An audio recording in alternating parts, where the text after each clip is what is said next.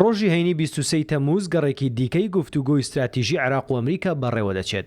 ڕۆژنامەی وۆڵ ستریت جۆرنەڵی ئەمریکی لە چەند سەرچاوەیەکی ئەمریکی و عێراقیەوە ئاشکرای کردووە بەغدا و واشنتن ڕێک کەوتون تا کۆتایی ئەم ساڵ ئەمریکا هێزە شەڕکەرەکانی لە عێراق بکشێنێتەوە.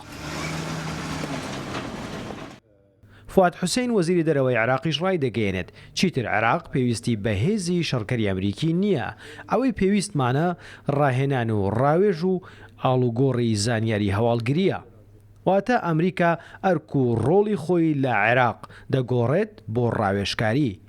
دوای کۆتایی هاتنی ئەم گەڕەی گفتوگۆکان و ڕۆژی هەینی لە ڕاگەیەندراوێکی هاوبەشی عێراقی ئەمریکیدا ئەم بابەتە ئاشکرا دەکرێت. جنساکی وتەبێژی کۆشکی سپیش ڕایگەیاند ئێمە لەسەر داخوازی و بانگهێشتی فەرمی حکوومەتی عێراق لە وڵاتین.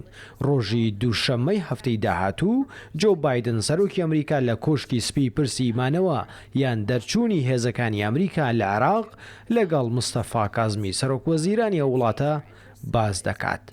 نێت پرایس وتەبێژی وەزارەتی دەرەوەی ئەمریکاش سەبارەت بەم بابەتە کشانەوەی سەربازەکانیان لە عێراق ناڕەت دەکاتەوە ناپشت ڕاست.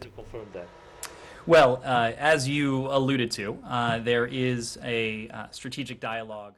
وەک ئاماژەت پێدا ڕۆژی هەینی گفتوگۆی استراتیژی ئەمریکا و عێراق بەڕێوە دەچێت و وەزیری دەرەوەی ئەمریکاش بەشداری تێدا دەکات. ڕۆژی دووشەممەش سەرۆکوەزیرانی عێراق لە کۆشکی سپی پێشوازی لێ دەکرێت. مانەوەی هێزەکانی ئەمریکا لە عێراق لەسەر بانکێشتی فەرمی ئەو وڵاتە بووە. ئەمان دژمان لە ناوبردن یەکجارێکی داعشە. مەبەستمانە هێز عێراقیەکان خۆیان ڕابەرایەتی شەڕی دژ بە داعش بکەن.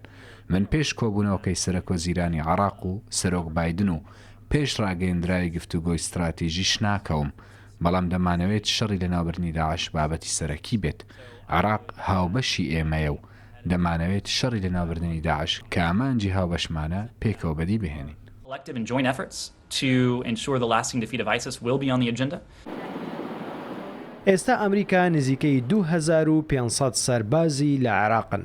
بە گوێرەی ئەو ڕێککەوتنەی لە نێوان هەردوو وڵاتدا کراوە، ئەمریکا ئەو 2500 سەربازەی دەکشێنێتەوە لە شوێنیان ڕاوێژکار و ڕاهێنەری سەربازی دەنێرێتە عێراق.